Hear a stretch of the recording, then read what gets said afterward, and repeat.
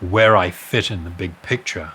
And today the third part of the question of identity, what is my natural function, we will attempt to be able to present to you. And it has to do with actually finding your real purpose in life. But as a recap, I'd just like to maybe read down a list very quickly if I could. And it just deals with the question of my essence, who I actually am. I am not this body. I do not die when the body dies. I, the person who is living temporarily within the body, I am an eternal spiritual being, an eternal spark of God. I am not an impersonal force or energy. This is an incorrect or incomplete understanding. I am eternally a person. It is my eternal right to exist in a state of great wisdom and spiritual love, free from anxiousness and fear. In relation to the question of where do I fit, what is my position, again, we should understand that my body and mind are not me, and they should not be my master. I should be a master of my body and my mind. I should not lay claim to this world, and although this world in some ways is inferior to me, I am, as a spiritual being, a superior energy. Still I am forced, while residing within this realm, I am forced to obey the laws of nature. All living beings, that is the Jiva Atmas, they are my spiritual brothers and sisters. I am not their Lord or master and should not seek to control or exploit other living beings. And amongst all living beings, there is one who is supreme. I am not, nor can I ever become, the Supreme Soul. I will always be subservient to him. So that's a little recap of what we have previously gone over. So what is it that is my natural function? What is it that I am crying out to do? How do I find my true purpose in life? Well, if we just examine one thing first, if I act in a way that is contrary or acting against what is my true position, that is, I am striving to be a dominator, or I'm striving somehow to be number one, the center of attention. Not only will I fail to be able to do that, and it's not just because of failing in my attempts. Even if you arrive at the pinnacle, the topmost position, where you are the greatest dominator and enjoyer of everything else, within your heart of hearts, you will feel an incredible abyss, just this vacancy, feeling unfulfilled. It's like, it is a terrible experience for people. And in my failing to be this supremely dominating and enjoyable entity in the center of everything, what everybody is aspiring for, I will be plagued with anxieties and actual unhappiness. So all we have to do is look around the world and see whether people actually succeed in doing this. I think there's nothing more sad than to watch aging celebrities, says the old guy here. Not that I'm a celebrity, but aging celebrities, where people used to, you knew them in their vigor, whether it's sports stars, movie stars, athletes, aging musicians. I mean, it was one thing to see the Rolling Stones in the 70s. It's another thing to see them in 2016. Things are coming unglued a little bit. And you see people, older people already in their 70s still trying to sing.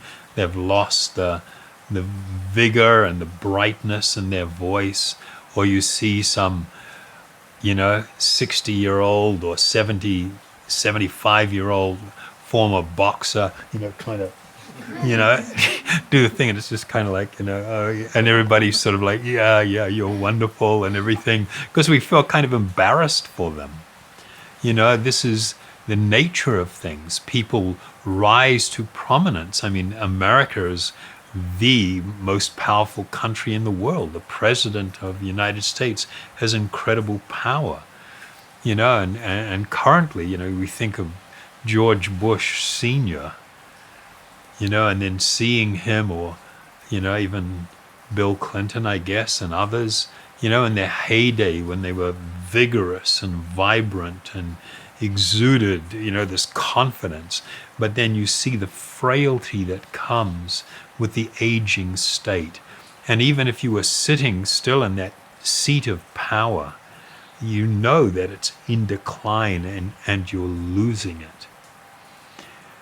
So, the position of being the top dog, the alpha, the dominator, it just does not last.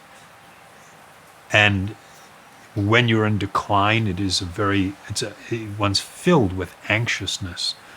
Similarly, even in relationships, when people want to find a way to live harmoniously and happily together, if one person is actually always seeking to dominate and exploit the other person, even though there may be a great deal of affection, it becomes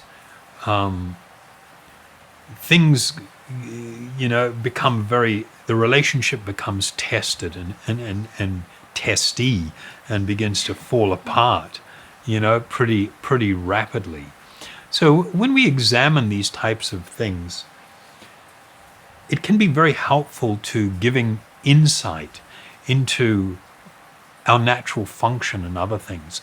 There's a whole school of yoga. It's known as Sankhya Yoga, where they really examine things very carefully to be able to distinguish the difference between that which is impermanent and that which is permanent, that which is temporary, that which is eternal, that which is material, and that which is spiritual.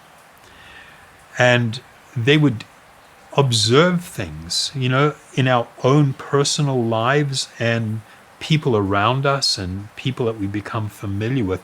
They make these observations, very careful observations, because it can be a tremendous learning experience and give spiritual insight. So, in examining these things, it begins to give us a few hints that if we are going to try and act against what is our nature, as I said, we will not know harmony. So when we look at the living being, you'll see that there are certain things that drive all people. For instance, there is a desire for happiness. And the reason that we desire happiness is not just because we so-called want to be happy, but it comes from the living being, the soul itself, to exist in a state, eternally in a state of unbounded joyfulness. Ananda, it is called. And that is why that exists within us. But perhaps one of the greatest driving forces of all people is love, the desire to both love and to be loved. What is the definition of love? Anybody have an idea? Well, it's going to be, everybody suddenly goes blank, and you realize, it's something that you talk about and everything, but when we're asked to suddenly define it, it's like, okay, how would I define it? And then people start coming up with all kinds of ideas. But, if we go to a dictionary and we look at a definition, one of the common definitions is an intense feeling of deep affection. Another definition is a feeling of strong or constant affection for a person. These are nice definitions. They're getting very close to the reality of things. And a third one is a strong affection felt by people who have a romantic relationship. And one of the reasons I particularly like using that example is that the reality is that love is very intimately connected with the idea of a relationship where things are fitting in relation to each other. So we'll get into that maybe in a little bit. But we see it played out on many different levels and in many different ways. For instance, I saw this. I can't remember where I saw it. Some woman had just given birth, and I delivered or assisted with two and delivered one of my own children, and it's just like quite a mind-blowing thing to watch and to participate in the delivery of a child. And there is something happens that when that baby pops out and you hand it to the mother, instantly, the mother is just like overwhelmed. And in this video I saw, I can't remember what it was connected with, but this woman was cradling her baby and crying, and she was saying, I love you so much.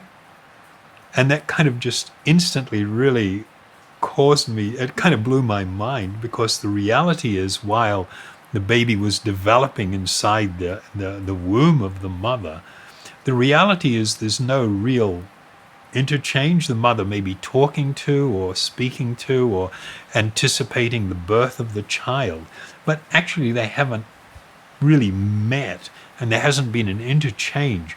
Yet just instantly in that second, the baby shows up and instantly the mother's gone. You get cases where women have made up their mind they were going to have their child adopted out, or cases where there was a surrogate mother who carried a child for someone else, and then the instant that the child was born, they just want to keep that child. The idea of being separated from it, just like it's like tearing your heart out. These examples I'm using are for the purpose of trying to have us reflect on how natural it is for a person to want to love. And it doesn't take very much to set it off. And it's not like it is caused. It is not caused by anything. It exists because it is part of our eternal nature. The eternal nature of the living being is to exist in a state of profound, extremely joyful, overwhelming and ecstatic love. This is the highest spiritual condition. If we examine, love, well, let me just stick with this one for a little bit. I was raised as a Christian, as a Catholic, and I remember, being taught this. But it always amazed me that when you ask many people, for instance, that are followers of Lord Jesus Christ or aspire to follow him, what is the principal teaching of Jesus Christ? In my personal experience, less than 50% of the people get it right. And I'll read, this is from the King James Version of the Bible, Luke 10:27. And then Jesus Christ was asked, what is your first and foremost commandment? And he said, thou shalt love the Lord thy God with all thy heart, and with all thy soul, and with all thy strength, and all thy mind. If we are to reflect on this and ask, what does this mean? We're not talking about the flippant use of love. Oh, I love your new hairdo. I love the new car. I love the new iPhone. I don't know. People say they love all kinds of things, but that's kind of like, that's not really love. We've had the intense feeling of deep affection, or strong, constant affection for a person. That is the definition of love. So, if we are considering such an overwhelming state of affection, profound and deep affection, where a person is completely lost in this condition, it's kind of like, well, what does that mean for that commandment of Jesus Christ to love the Lord thy God?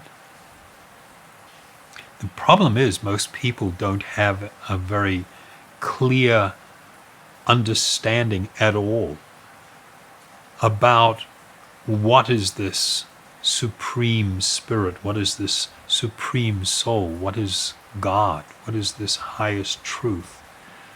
And because to him, to individuals, they may be somewhat distant and relate to him either in an impersonal way, or he's a person that's going to judge me and I'm in deep trouble if I displease him.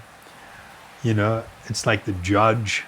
You've got to be on best behavior for the judge. You don't feel like you spontaneously have outpourings of love like the mother who just had a little baby in her arms and now is just crying and just so happy. And it is unfortunately because of a lack of actual knowledge, understanding and appreciation for what has been asked. I will give you another very wonderful Vedic verse.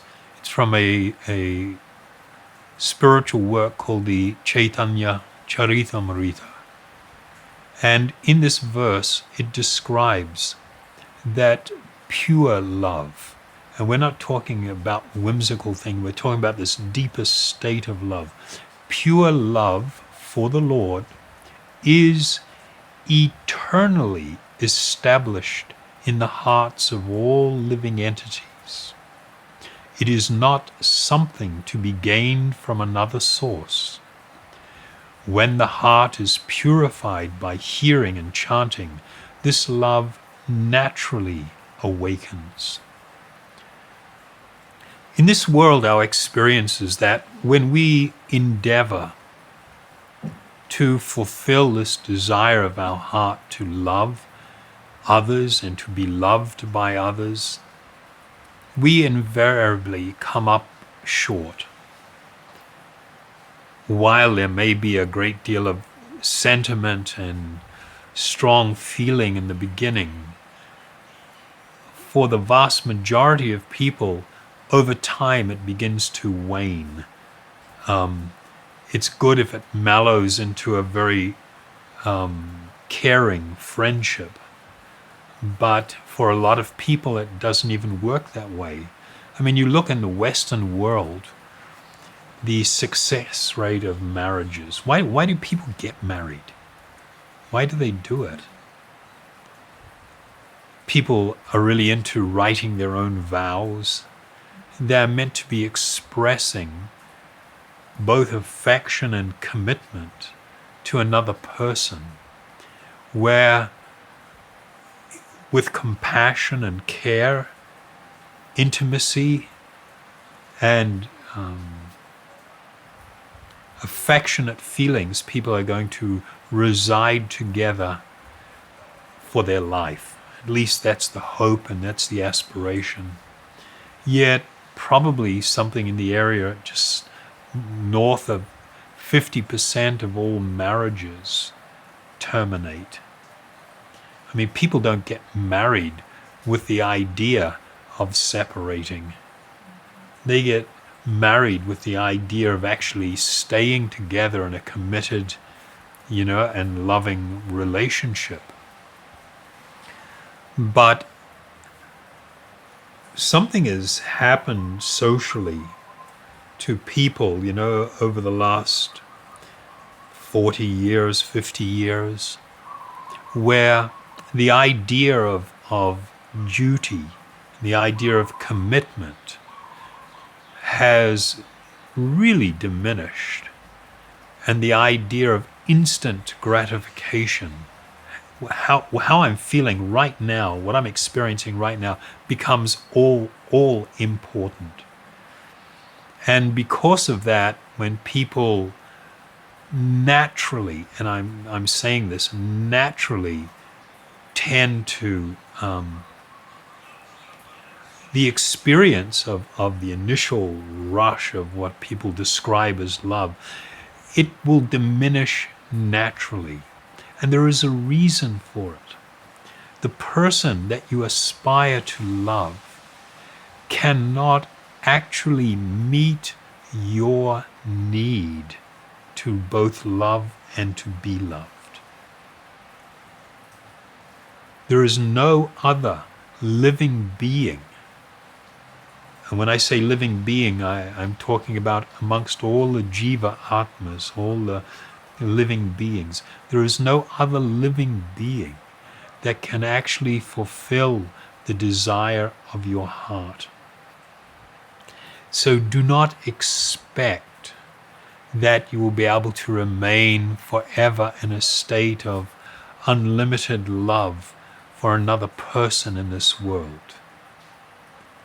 You are lucky if you can exist in a state of companionship and care and actual affection for each other.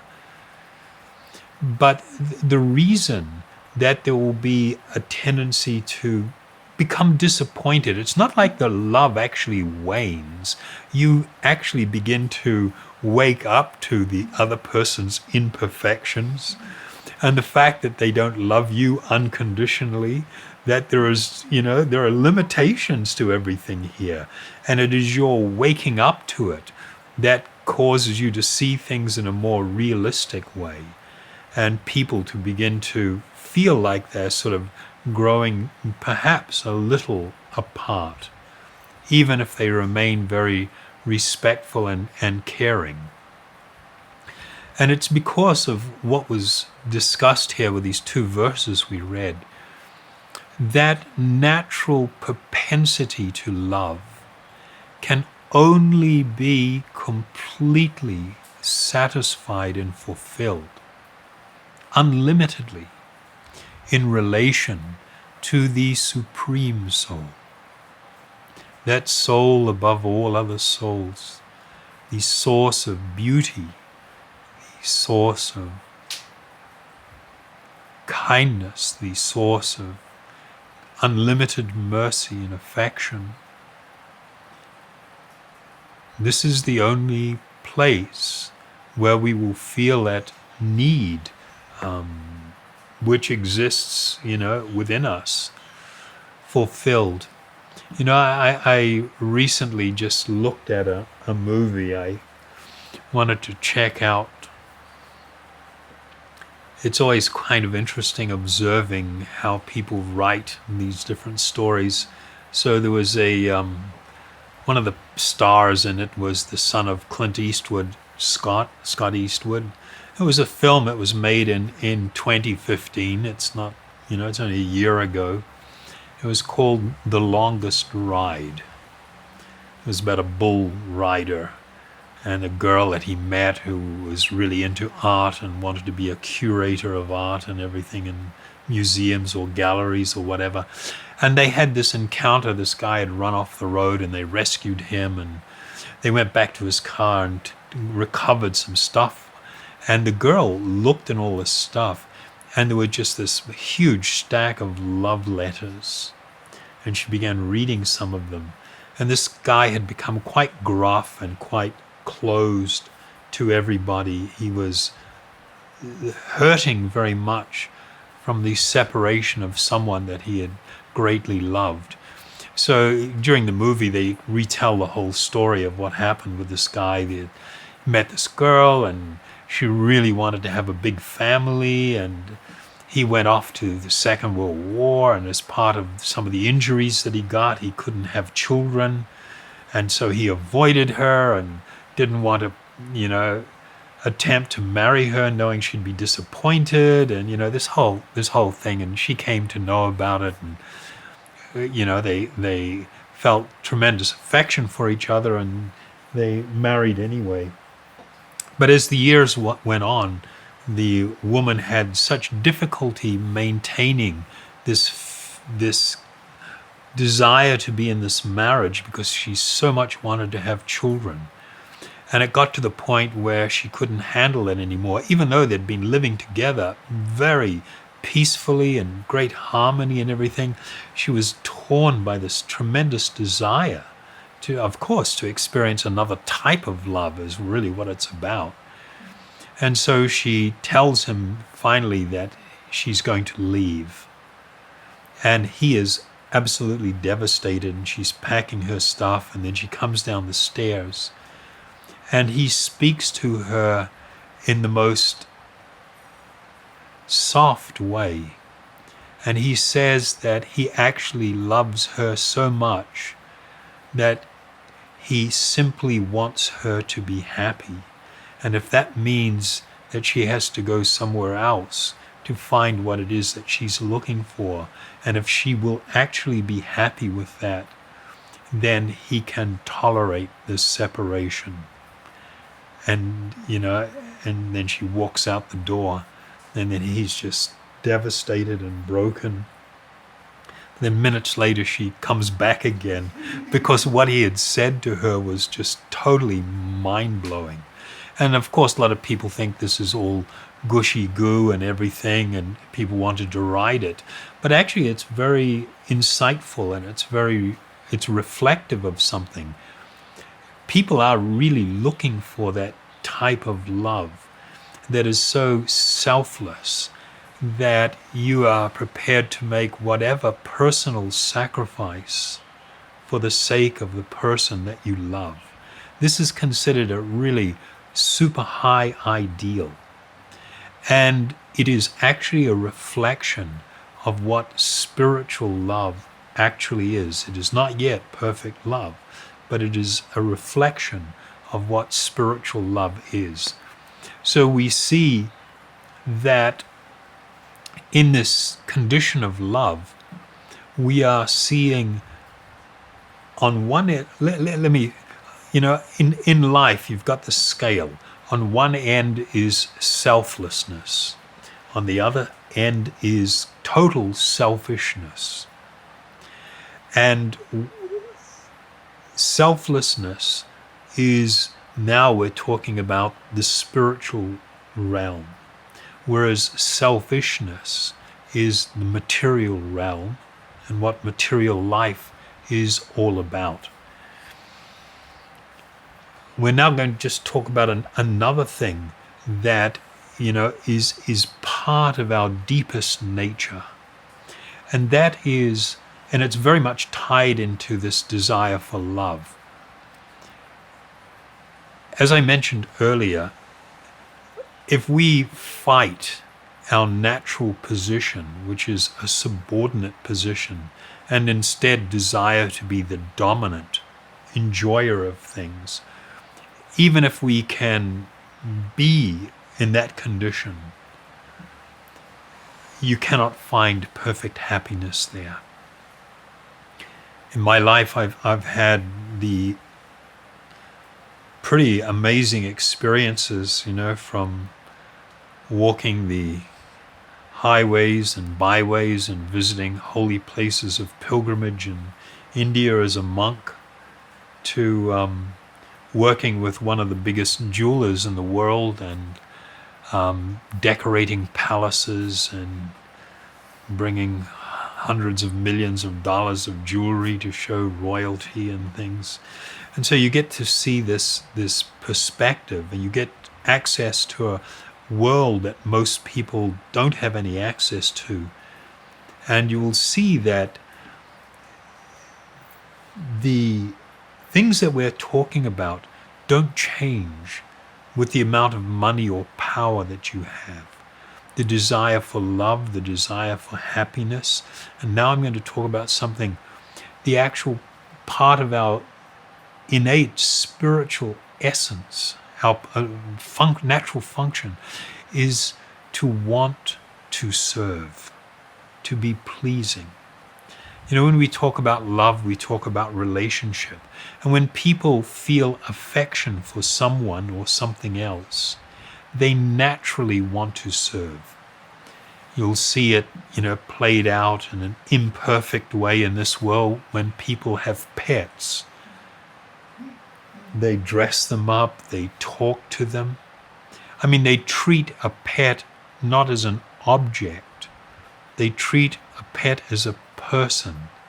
And most people want to feel that the pet also loves me. And I express my love by doing nice things, serving. Correct or not? And the difference between that experience and the experience of being the dominator, wanting to receive the adulation, the worship, the service of others, even in that position, I cannot find the same taste of happiness that I can in serving. And so we see in this world people that learn to give of themselves, to join some charitable cause, to help others. I know parents that bring their children out to soup kitchens and shelters and, volunteer some time to help, people that have much less in life. And everybody comes away from that experience with a really warm feeling within their heart. Whereas if you play the dominator and you exploit or use others or force them to do your will through threat, intimidation, or whatever, you will never have that kind of feeling and experience. And that is because it is part of your actual eternal spiritual nature. So these two aspects of our natural function. Our natural function is to both love and to serve. And if we are acting contrary to that, we will never find harmony, we will never find fulfillment. I get quite distressed with a common phenomena that's blasting through the world all over. This idea that of self-love. I was at a yoga retreat on Kauai recently, and one really nice lady, she asked me, she said that she finds it in her life. We'd been talking a little bit about these things, but this wasn't the focus of the conversation. But she said she found it very easy to serve others and to be kind to others and do things for them, to manifest love for others in this way. But she said the thing that she has most difficulty with is loving herself. And I apologized to her for chuckling. I really had to control myself. Not because I'm making any judgment. I was actually so happy for her that she was having this experience that it was so hard to do. And I said, you don't know how fortunate you are. Because when you start looking at that scale of selflessness all the way to selfishness, and selfishness being the material condition, and total selflessness being the ultimate spiritual condition, it's one of the manifestations. If you're having difficulty getting into the self-love thing, you are very fortunate. Number one, trying to love yourself. Most people don't even know where this idea came from. It suddenly erupted on the scene and started being passed around. I know where it came from. Being passed around, discussed, everybody starts embracing it. And then for some reason, just because everybody's saying you should love yourself and talking about self-love, so people think that, oh, okay, they think that this is real, that this is something that you should be doing or that you can do. Just because everybody's saying it and accepting it doesn't mean it's either true or that it is right. It is neither true nor is it right. You know, if we look at the earlier, we had the definitions of love, where, you know, they spoke about relationship and the feeling of deep affection for others. Where does that fit in if it's just me? You know, this is like,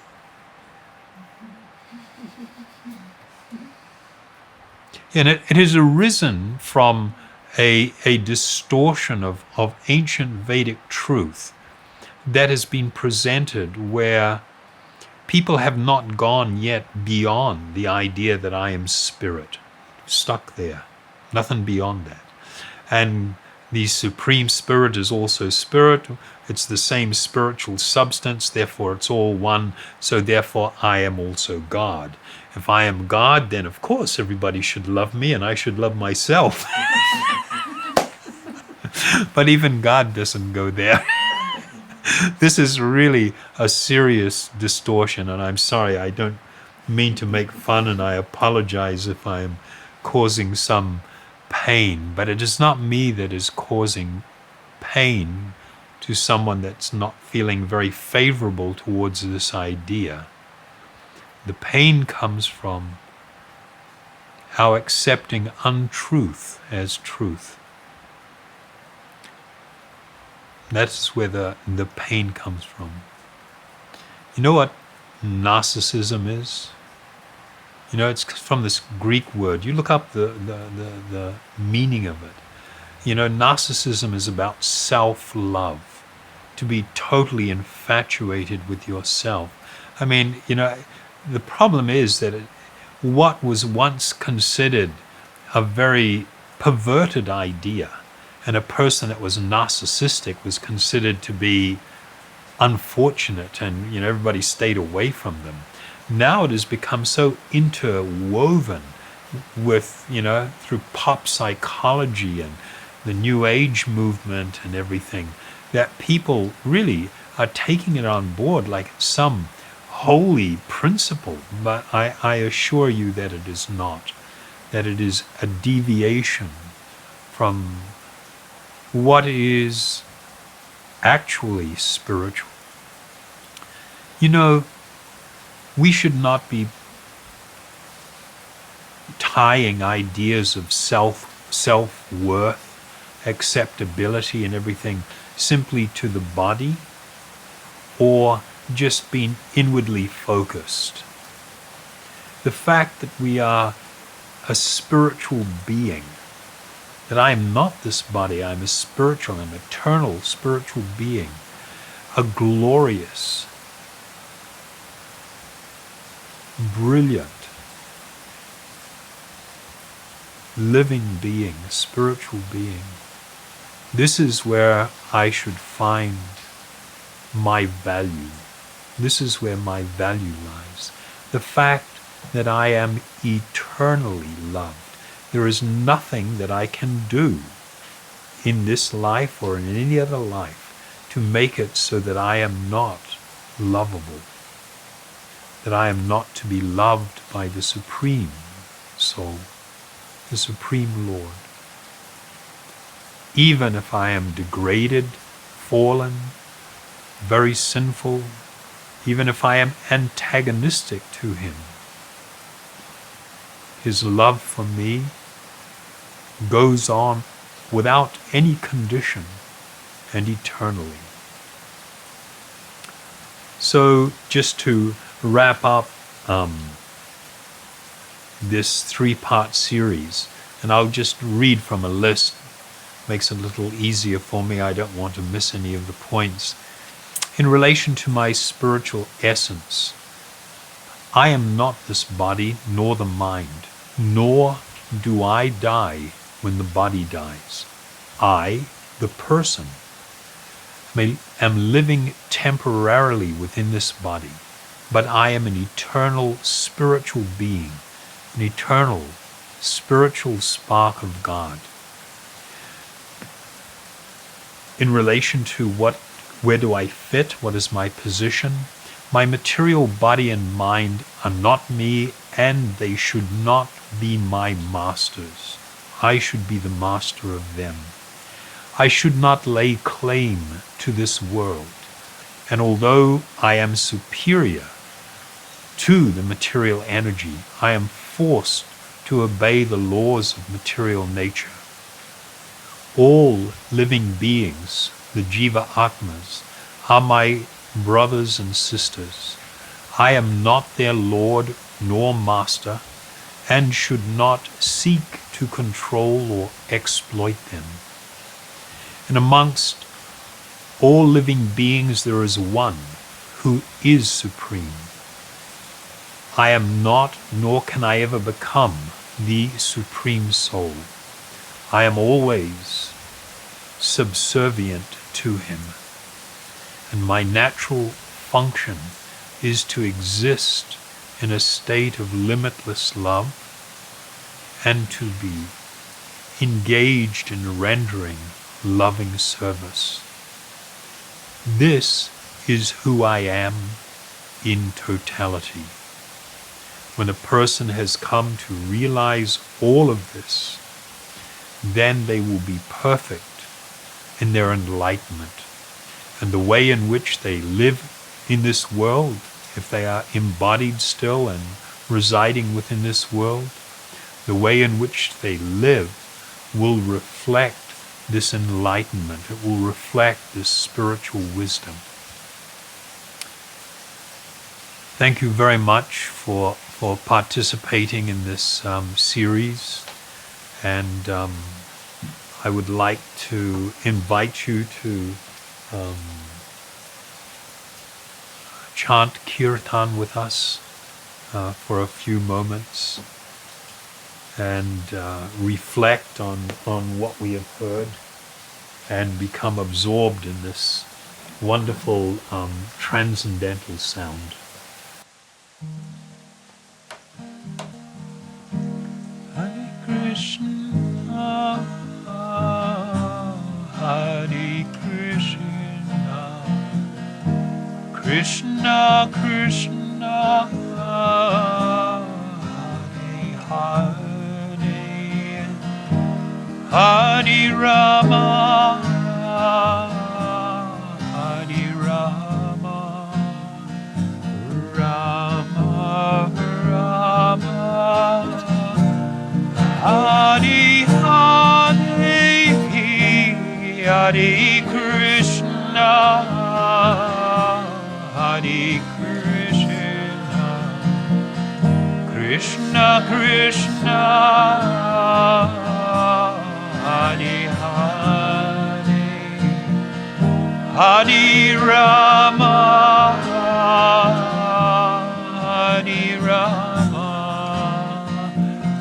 Rama Rama Hare Hare Hare Krishna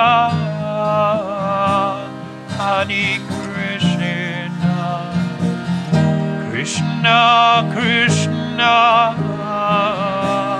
Hare Hare Hare Rama Hare Rama Rama Rama Hare Hare Hare Krishna Hare Krishna Krishna Krishna Hare Hare Hare Rama Hare Rama Rama Rama Hare Hare Hare Krishna Hare Krishna Krishna Krishna Hare Hare Hare Rama Hare Rama Rama Rama Hare Hare Hare Krishna Hare Krishna Krishna Krishna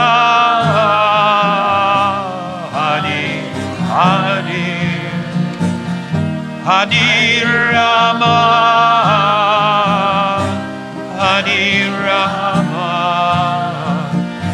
Rama Rama Hare Hare Hare Krishna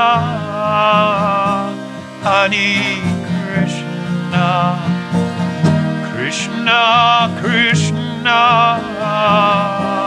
Hare Hare Hare Rama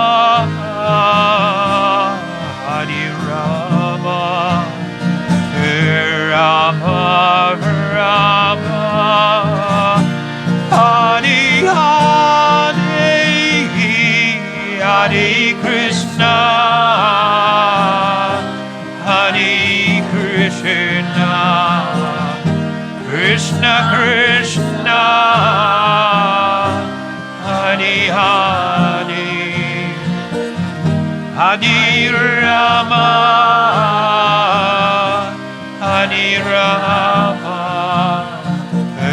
Rama Rama Hare Hare Hare Krishna Hare Krishna Krishna Krishna Hare Hare Hare Rama Hare Rama Rama Rama Hare Hare Hare Krishna Hare Krishna Krishna Krishna Hare Hare Hare Rama Hare Rama Rama Rama Hare Hare Hare Krishna Hare Krishna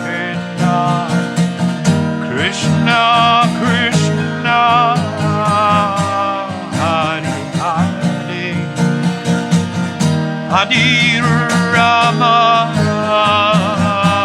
Hare Rama, Rama Rama, Hare Hare, Hare Krishna, Hare Krishna, Krishna Krishna, Hare Hare, Hare Rama, Hare Rama, Rama Rama, Hare Hare, Hare Krishna, Hare Krishna, Krishna Krishna, Hare Hare,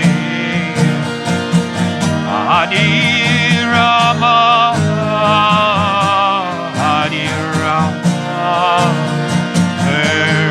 Rama Rama, Hare Hare, Hare Krishna,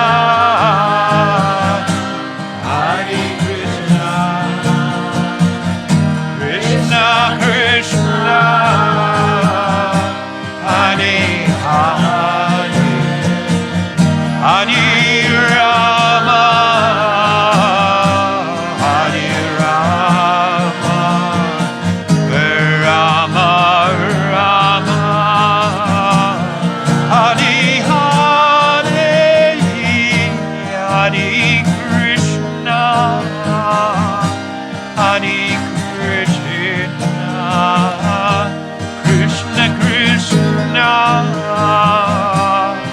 Hare Hare, Hare Rama, Hare Rama, Rama Rama, Hare Hare, Hare Krishna, Hare Krishna, Krishna Krishna, Hare Hare, Hare Rama, Hare Rama, Rama Rama, Hare Hare, Hare Krishna, Hare Krishna, Krishna Krishna, Hare Hare, Hare Rama, Hare Rama, Rama Rama, Hare Hare, Hare Krishna, Hare Krishna, Krishna Krishna, Hare Hare, Hare Rama, Hare Rama, Rama Rama, Hare Hare.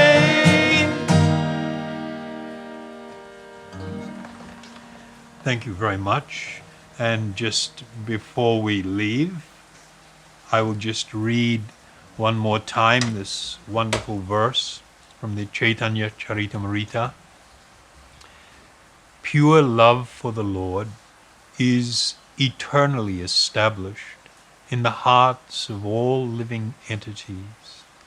It is not something to be gained from another source. When the heart is purified by hearing and chanting, this love naturally awakens. Thank you very much and hope to see you next week. Haribol.